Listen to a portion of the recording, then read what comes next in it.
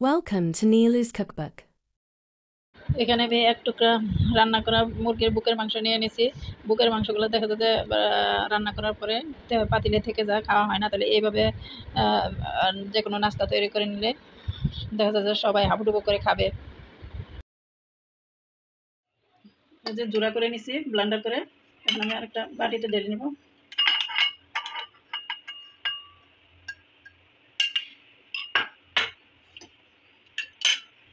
চিকেনের সাথে এখন দিয়ে দিব সামান্য গাজর কুচি করে নিছি,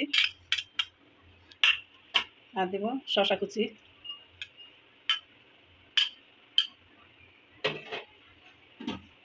এখন এটা মায়োনেজ দিব, এটা আমার ঘরে তৈরি মায়োনেজ।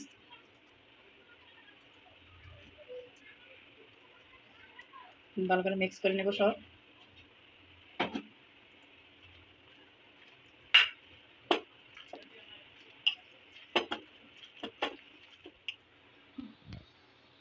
এখন আমি ব্রেডগুলো নিয়ে নিলাম, এগুলির সাইড কেটে নেব। প্রথমে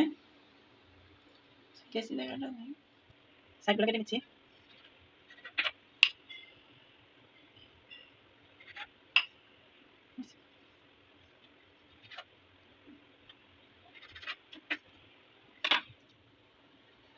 এখন আমি ব্রেডের মধ্যে সেই চিকেন মায়োনেজ দিয়ে মাখানো দিয়ে দিচ্ছি।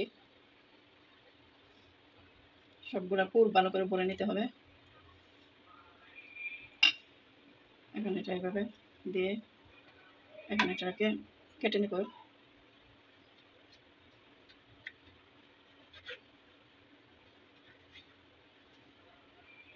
তো দারুণ ব্রেড স্যান্ডউইচ হয়ে গেছে। খুব সুন্দর একটা টিফিন রেসিপি তৈরি হয়েছে। এভাবে খুব সহজেই তৈরি করে নিতে পারেন, বাচ্চাদের টিফিনে বা সকাল বিকেলের নাস্তাও খেতে পারেন। ঘরে শুধু পাউরুটি থাকলেই হবে। রেসিপিটি কেমন হয়েছে কমেন্টে জানাবেন। ভালো লাগলে অবশ্যই লাইক ও একটা শেয়ার দিয়ে আর বেল বাটনটা অন করে রাখবেন। রেসিপি আপলোড হওয়ার সাথে সাথে নোটিফিকেশন পৌঁছে যাবে আর সবার আগে আপনার কাছে। ইনশাল্লাহ আবার দেখা হবে নতুন কোনো রেসিপি নিয়ে।